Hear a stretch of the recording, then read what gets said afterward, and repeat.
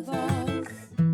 It's a podcast with my friend, just the two of us. Just the two of us. Hi, I'm Katie, And I'm Anna. and welcome to episode 3 of Just the Two of Us. We are your expats living in Australia. I only learnt the word expat when we started looking up this, starting this podcast. What does it mean? I completely know. I just want to see if you know. Immigrant. Really? Yeah, someone that has moved to another country. Huh. That is. Yeah, I did know that. You did? No, I did not know that. Are you Googling it? The formal definition of expat is a person who lives outside of their native country, denoting or relating to a person living outside of their native country. Interesting. Good to know. I'm a British expat. And I'm a Hungarian expat. Correct. So that's how we can introduce ourselves at the start of each episode to save people from asking 15 episodes deep what country we're from. I'm Anna from Hungary. I'm Katie from England. From Essex. Essex, yeah, innit? Oh my god, babe. But you usually say you're from London. Yeah, because I don't want people to know I'm from Essex. Fun fact. Oh, yes. It's a St. Patrick's Day fact. Wow. Every year for St. Patrick's Day, the Chicago River in Chicago. Wow. What? Oh, I was going to ask where the Chicago River is. Now Thank you know. Yeah. It gets dyed green. Like the actual river, they put stuff in it to make it green. What stuff? I don't know. That is terrifying, but also interesting at the same time. Does it hurt the river and the environment? Or the people? No. A more than 50-year-old tradition in Chicago, the river gets dyed green on St. Patrick's Day. The actual event occurs on the Saturday on or before March 17th. What do they dye it with, though?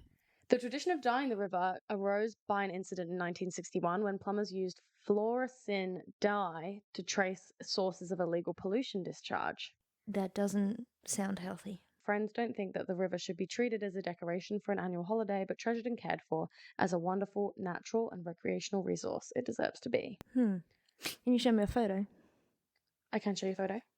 Whoa. It's literally fluorescent It's green. like I'll put a gelatin picture in green. for the YouTube people, viewers here. The green, the shade of green you're looking for is Mike Wazowski. Yeah.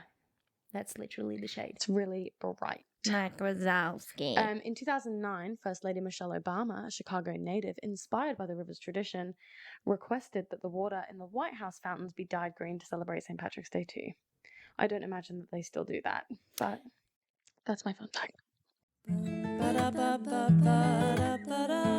you know where it originated from and why? No. It's an Irish holiday, no?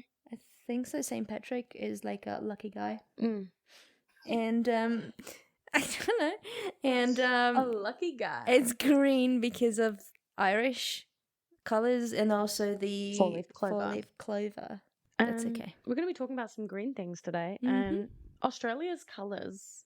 Obviously, like the Australian, when you think of Australia, you think of the Australian flag, which is red, white, and blue, mostly blue. It's got red, white in it because of the UK flag. I was like, red and white? What? Oh, yeah, I guess. It's in there. Yeah. It's blue. It's blue. And you've got like the Aboriginal flag, which is red, yellow, and black. Oh, yeah. Yeah. And then you've got the Torres Strait Islander flag, which is white and light blue. I can't picture that one. It's got like a strip of blue across the middle and then a shape in the center. Oh, yeah. Yeah. You see it at a few like police stations and whatever that you drive Yeah, past. I think I've seen it before. That's the Torres Strait Islander flag. That's on the citizenship test. Nice. So you know it. I know it, obviously. Because now you're a citizen. Australia's colours are green and gold. It's the colours that their sports teams Yellow. wear. Green and yellow. Green and gold. Well, it's yellow. But the actual colour is gold because it's named after the golden wattle, which is yellow. So what you're saying is I'm correct. But it's from the golden wattle, that's why it's green and gold. No, I But understand what green you're and saying. yellow are the colours, yeah. I'm just being difficult by saying it's yellow I because know, it's yellow. I understand. Yeah, it is yellow. It is yellow. Gold is shiny yellow. Yeah. Anyway, let's not talk about gold Colour and yellow. theory. We're talking about We're green talking about anyway. green. So yeah, that's really interesting. And on the topic of green and Australia, I just want to talk a little bit about like nature and the differences that I've noticed. Like And I was literally thinking about it this morning when I was walking Charlie and we were at a oval, or was it? The dog. Yeah, my dog. And I was looking at the like trees around me and they were all gum trees. And I was like, wow, this is such an interesting like thing to think about because growing up, all I ever saw was oak trees Hmm. and like willow trees or whatever else I saw. You know, they were European trees, English trees, and now all I see is Australian trees. Yeah, for me, it's palm trees that I never like saw. Well, Yeah. I've seen palm trees before, but like not very often. Yeah, and they're There very is- common here. Yeah, just the other day, we were driving past a house, and I looked over, and then I had to do a double take because there was a big palm tree in the front yard, They're everywhere. and It's I'm a very like, random plant to have here. They definitely don't belong here. it was just so random to have Palm trees must be a a weed. palm tree in your front yard. Yes, I agree. That is weird. They line the beaches here, and I've always found that bizarre. Because like, this is not America. Please stop putting palm trees everywhere. They look pretty though. I like them. This is St. Kilda. Like, chill. I like them. But yeah, I haven't seen much of palm trees before because Hungary does not have them. Hungary doesn't have beaches, so no palm trees either. Oh yeah, you don't have beaches. Not anymore. He's so you look so confused. Maybe another time I will give you a lecture about Hungarian history. I will have to prepare as well because I don't really know enough. Well, Hungary used to be bigger, right? Yes, Hungary used to be the surrounding countries as well. So Croatia used to be Hungary. Romania, part of Romania used to be Hungary. Slovakia used to be Hungary. Austria, all the bordering, countries. They used to be Hungary before World War So you used One to or have Two. beaches. We did used to have beaches, but we don't anymore. So we have to go stole you to of your beaches. we have to go to Croatia if you want to go to a beach, Wow, which is very sad. that is sad. But also, it's not like it's And now just you're in Australia, which is really it's just one big beach. yeah, it really is. But also, what I was gonna say is it doesn't really make a difference because you can just use your European passport and just cross the border. So it's not really a big thing, and it's just a long drive. But still, it would be a shorter drive than to drive to Perth from here, for example. And it's the same country. It's the same freaking country. Yeah. Europe is yeah. very small. It is kind of wild. I used to think about how big Europe is, and now I look back and I go, oh, Europe's tiny. Yeah. Europe is itty bitty baby. When I would look at world maps, though, this is going to be very random, but yeah, so Europe is pretty tiny. Australia is big, but then I would look at Russia and I'm like, what do they do with all that land? Have you seen how big Russia is? Yeah, it's huge. It's like half the world. Like, what the heck? Yeah, it's massive. It's so big. But a lot of it is unlivable. But still, But still, it's Russia, it's so They took it. They kept crazy. But anyway, yes, you can drive for hours, days even, and you're still in the same country here, it. Yeah, it's crazy. which is annoying for me. Something else green-wise with Australia itself is that it doesn't stay green all year. The UK gets like a little bit yellow in summer, but Australia is like, at least Melbourne is barren in the summer. Everything is yellow. Every hill you see is yellow. Every tree is yellow. Like, and sure, like we don't lose as many leaves here in the winter as the UK does. I feel like in England and in a lot of European countries, all of the trees shed all of their leaves, whereas here Yeah. we've got a lot of bushes and trees that don't shed their leaves in the winter. They don't? No, well, gum trees shed constantly, I think, because they drop gum nuts, and gum nuts are really hard to break open, but they break open naturally with fire. So gum leaves are flammable. So the whole point of gum trees is that they grow and they drop their seeds, and then they drop leaves around the seeds, and then that gets set on fire because Yeah, hot. Of course, yeah. And then they're kindling essentially. It all sets on fire. The gum nuts break open in the fire, and it plants new seeds, and new trees grow. So the more gum trees means the more bushfires. More chance of fire, yeah. No, as in if you see a lot of gum trees, then There you may can have been a lot of suppose- fires there yeah. many years ago. Yeah. That's Yeah. morbid. Yeah, it is quite morbid. But it's like if you think about oak trees, they drop those little helicopter dudes. Do you know what I'm talking about? Yes. So I'm going to put a picture of this for The the Australians snitches listening. from Harry Potter. You don't Yeah. really know Harry Potter, Yeah, but yeah, the we snitches. called them helicopters when I was in school. We Potterheads call them snitches. I'm going to put a picture We right don't. here in the middle of us of For, what they look like. for our listeners. And the shape of them meant that when it blew a lot of wind, they would blow off the leaves and they would fly and travel to their next destination, and they would embed in the ground and grow a new tree. So it's the same thing, just without the fire. Yeah. Everything in Australia is trying to kill you. It just all leads back to that. Yeah, it's like the friendlier version in Europe. Yeah. Yeah. We are big musical lovers, and there is a Big Bad Green musical that has been out for a couple of months at this point, but it was a massive phenomenon, I'm gonna say. Yeah, I think there's a lot of aspects to that. I think it was big because, well, let's not count Mean Girls because Mean Girls was bad. But this was, so if we don't count Mean Girls, this is like the first modern musical that's turned into a movie that's like popularized. Is that a word? Yes. Well, look, there's been a lot of musical movies recently, but they've not been good. Yeah. And so there was a big risk with this. Yeah. And the risk paid off, I think. Yeah. I was very happy with how it turned out. I did not like it after the first time I watched it because I was a little bit I like, remember we had a debrief. yeah, I didn't like it. And I messaged you, I think, after I saw it, and I was like, what did you think? And then you liked it. I loved it. And my problem with it, I saw it twice. Second time it was a lot better because I knew what I was expecting and I could put aside the fact that bothered me the first time, which was that it sounded way too clean for a musical.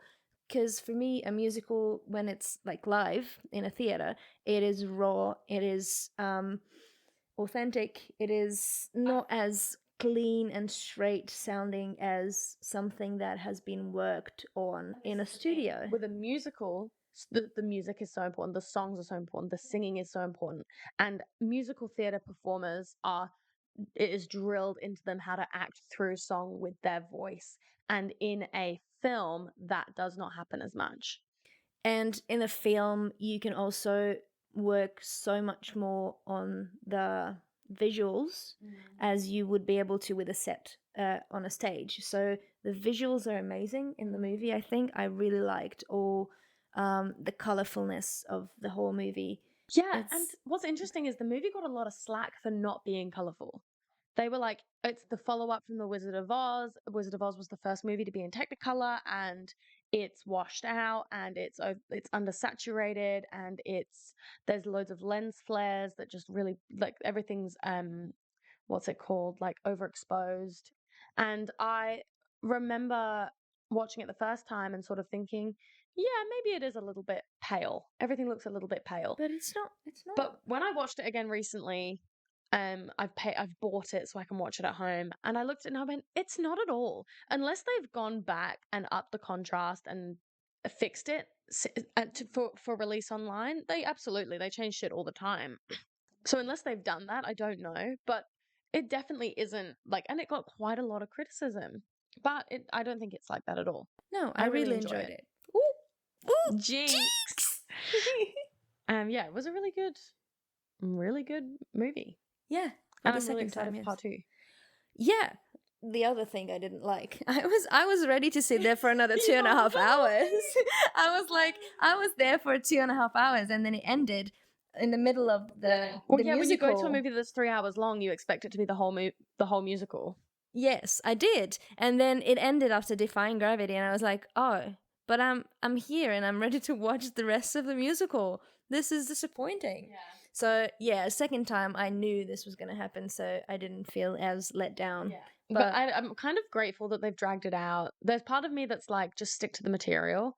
And there's the other part of me that's like, yes, drag it out. Give me the content. Give me 6 hours of Wicked. Turn it into a series. Yeah. Give me 6 hours of Wicked. Give me 6 hours of Cynthia Erivo. Oh, speaking yes, of her, I love that shot in The Wizard and I when she's singing in that room full of glass and she sings about being green If I decree Oh, yeah. for you. She leans back.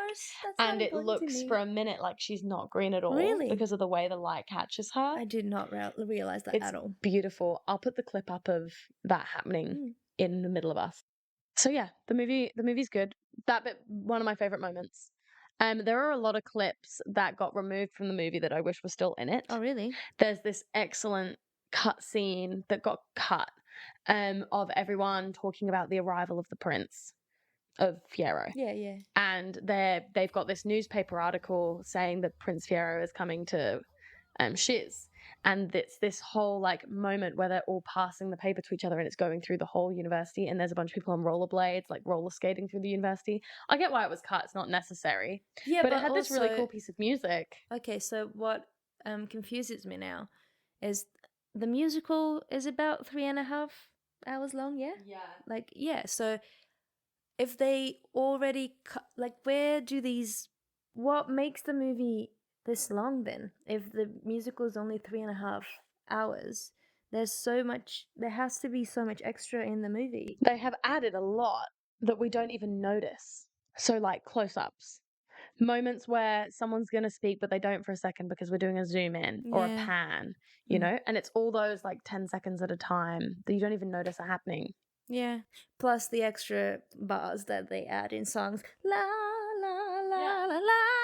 Even like before dum dum dum dum dum boom boom boom boom boom poor Gerlinda, they added an extra count of 8 there. And they do it all over the whole movie. There's an extra count of 8, extra count of 8. Like they just The whole dance scene is in there. Yeah. Yeah. Yeah. And it's so slow. Yeah, it's good. Dancing Through Life is like 5 minutes longer than original, yeah. Oh. Okay. Because of all the talking and the extra bits and the Madame Morrible bit and like all these little bits sprinkled in. Yeah. I think it is time for trivia. It is time for trivia. You can choose out of 2 categories. Music or location. No way we did location. Or animals. Animals. Okay. Again, 4 questions, and we'll see how you do. Okay. They all relate to Australia in a way. And yep, I'll just get straight to it. First question of the day. True or false? Different question format. Crocodiles existed at the same time as dinosaurs in Australia. False. I will read you the exact answer to this question. True 100%.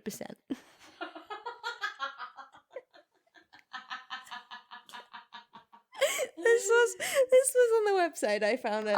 This was the answer. True 100%. True 100%. Yep. So crocodiles did exist at the same time as dinosaurs. Wow. That's a long time. They're old boys. Yeah. And girls. I feel like that's information that should be globally known.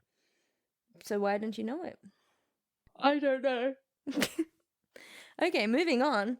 You are 0 out of 1. No. You said false. Just don't say it. You said false. So that is 100% false. So embarrassing. Stop. Okay. Next question. What is the name of Australia's national bird? This is what they consider to be the Australian national There's bird. a lot of birds. Well, there's just one here in the answer. But if we're going for like the bird on the coat of arms, an emu. Yes. It is an emu. I think you were just, not you, well, you, because you're a citizen. So Australians were just too intimidated and afraid after the war. So they just chucked it on the coat of arms. Yeah, they were just like, we bend. We bend down to you. Yeah. You can be our national animal, please. Bird, not animal. I'm sorry. National bird. Okay, so you're 1 out of 2. Found along the northern coastlines of Australia, in Queensland, WA, and Northern Territory. Name the most venomous marine animal alive. We got there. Blue octopus? I like the color specification. That's what he's like, a blue-ringed octopus. No, Oh. that's incorrect. Do you want to take another guess or? Yeah. No, I don't. Okay. So which one? Give No? me the answer. Okay, the box jellyfish. Ew. It is a jellyfish shaped like a box, I would imagine. I didn't look it up, but I'm gonna look it up. I want to know what box jellyfish looks like. and it is, but I don't think it has sunk in to you for you that is the most venomous marine animal alive, not just in Australia. It's like in the world, and it's tiny. Distinguished by their box-like shape. I was right. Box jellyfish have been long known for their powerful sting. The lethality of the cabozoan venom to humans is the primary reason for its research, although unspecified species. Feces? You just said poop. Although unspecified species of box jellyfish have been called in newspapers the world's most venomous creature and the deadliest creature in the sea, only a few species in the class have been confirmed to be involved in death. Oh, so it's like a Feces. rumor. Sorry. Anyways, Last question? Or was that the last question? no, that was the third question. I've got one more. You're you're 1 out of 3. Yes, Sorry, because I'm doing so good. Yes. Maybe you'll know this. I think you'll know this. You're a citizen. I'll wait for yawn. Okay. Which Australian animal appears on the 5-cent coin? Echidna. Echidna. Echidna. Echidna. Yes. That's correct. Echidna. You did well. I love echidnas, but my favourite Australian animal is the wombat. Me too. I agree on that. Yeah. They're The so cute. wombat. The wombat. They're so cute. And they poop cubes. I don't have any questions for us to answer this week. Oh. That is very sad. Why didn't you ask us questions? No one asked us any questions for Green Week. No one cares. Well, do you have any questions for us? Me? Yeah. Like just random questions? Yeah. What is your favourite green food? That's the question. Okay. Mine is green Skittles. Oh, that does not count. No. You want a naturally occurring green food? Yes, you don't eat that. You don't eat greens. Katie does not eat green food. You don't eat salad. You don't eat lettuce. You don't eat anything. Yeah, like nothing. Broccoli, cucumbers, pickles. You don't eat them because you're like. I eat cucumbers. Okay. And I'm going to say them as my favourite green food. Okay, me too. But I will keep going. Do pistachios count? No, that's no. They're green. Not on the outside.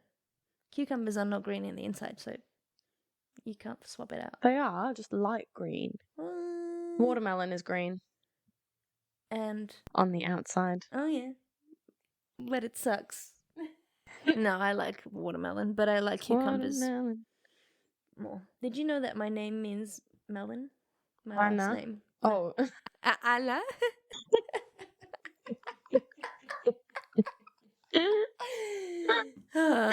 Well, I to said be that so strangely. Anna. Anna. Anna. So It was like I was chewing on your name. Anna. okay. Sticky. Your name is Sticky. My name apparently is Sticky. My last name, well, to be specific, it means melon flavored. Wow. Dinhesh. If something's dinhesh, then it is melon flavored. Wow. Like a drink or something. I didn't know that. Yeah. I've known you for so long and I didn't know that. I'm pretty sure I've told you, so. That's fair. Well, I don't want to let the fact go that you don't eat healthy food. You have to let it go. I don't want to. People are going to know. It's going to come up in future episodes. I just know it. Thank you so much for watching and listening and joining us today. It's been fun as always. We will see you next week. Next week is March 21st. We are doing a specific Harmony Day episode where we're going to talk a little bit about Australian culture, Exciting. Australian history, and do a little deep dive. Happy St. Patrick's Day to those who Woo! celebrate it. For everyone else, Happy Green Day. Oh, that's a good band. They played, wait, what's the date today? They played 2 weeks ago. Well, In there Melbourne. you go. Yeah. March 1st. Yeah. Sick. Yeah. That's pretty cool. They are. Yeah, they're cool. I like Green Day. Follow us on socials, give us a thumbs up, and leave a comment with a question for the next episode. Thank you so much for being here with us, and we'll see you next time. Thank you. And you'll hear us next time. Goodbye. Bye.